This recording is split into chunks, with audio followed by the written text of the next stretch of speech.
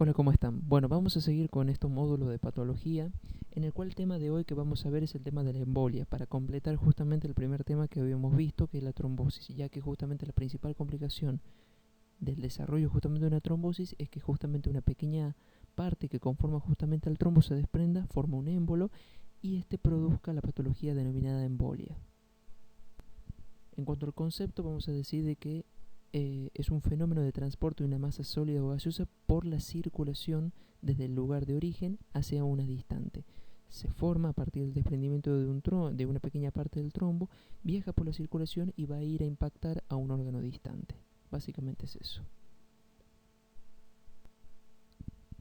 En cuanto a los tipos de émbolos, tenemos que el 99% son tromboembolias y el 1% lo conforma el resto de los tipos de émbolos, como lo son el émbolo gaseoso, graso, de líquido amniótico, de médula ósea y de células neoplásicas.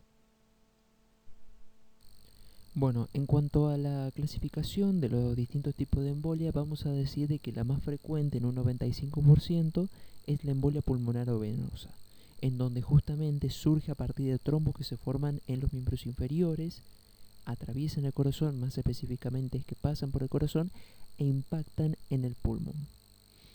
De allí tenemos distintos tipos. Tenemos el émbolo en silla de montar, que puede generar un corazón pulmonar agudo, que lo denominamos como émbolo en silla de montar porque justamente el émbolo queda enclavado en la bifurcación de las dos arterias pulmonares y por lo tanto entonces llega el émbolo y queda a manera de silla de montar. Por otro lado tenemos la embolia paradojal. La embolia paradojal más que todo ocurre en aquellos casos, por ejemplo, en un debilitamiento congénito del tabique interventricular, por ejemplo, y un trombo que se formó en el lado izquierdo por ese propio debilitamiento pasa al lado derecho. Por lo tanto, entonces vamos a tener una embolia por toda la circulación del lado del corazón derecho, pero que ese émbolo justamente se formó en el lado izquierdo, ¿sí? Vamos a tener la hemorragia focal intraalveolar. En el caso de estas hemorragias son a veces muy pequeña, bien focalizada y a veces cuando la circulación se mantiene normal, la mayoría de las veces suele pasar desapercibida.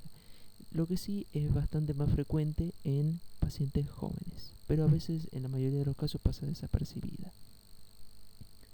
Tenemos el infarto hemorrágico que mayormente ocurre cuando afecta el parénquima hepático. Después haremos un video describiendo lo que son los infartos y los distintos tipos de infarto que existen. Y por otro lado tenemos la hipertensión pulmonar, que puede desencadenar un corazón pulmonar crónico. El corazón pulmonar crónico vamos a decir de que es todo aquel trastorno en el lado derecho del corazón que surge como consecuencia de una patología pulmonar previa y que esta misma curse con hipertensión pulmonar, ¿sí? Tenemos la embolia arterial o de la gran circulación que mayormente se desarrollan en el corazón izquierdo y por placas de aterómero, una ateromatosis, y que impactan en miembros inferiores en el 75%. En un 10% pueden llegar a cerebro, riñón y vaso, y en un 5% pueden llegar a afectar miembro superior. Pueden complicar con un infarto, necrosis isquémica o hasta un infarto séptico. Tenemos la embolia del líquido amniótico, el cual justamente es un cuadro grave, que ocurre mayormente en partos prematuros por ruptura de los senos y sinusoides venosos y por ende, bajo esta circunstancia, el líquido amniótico pasa a la circulación vascular. Ocurre cada 80.000 partos, es muy raro, es una rareza, pero cuando ocurre es un cuadro bastante grave. Tenemos la embolia aérea o embolia gaseosa, en donde se forman burbujas de aire en la circulación y las cuales se comportan como una masa sólida y física. Esto mayormente suele ocurrir en aquellas personas que trabajan de buzos, generando la famosa enfermedad de los buzos, donde estos suelen trabajar a muy altas presiones cuando están justamente, por ejemplo, debajo del océano y que tienen que ir subiendo a la superficie de manera más progresiva. Porque si llegan a subir muy rápidamente, la descompresión brusca puede formar las burbujas. Por lo tanto, para evitar el desarrollo de esta enfermedad, el desarrollo de una embolia gaseosa, el ascenso hacia la superficie debe ser de manera lenta. En algunas ocasiones estos buzos suelen tener dolores musculares, dolores articulares, y por lo tanto se lo tiene que colocar en cámaras hiperbáricas hasta igualar la presión atmosférica, ¿sí? Y tenemos la embolia grasa. En el caso de la embolia grasa tenemos los microglóbulos grasos en la circulación, se forman microglóbulos que pasan a la circulación vascular y pueden obstruir la microcirculación.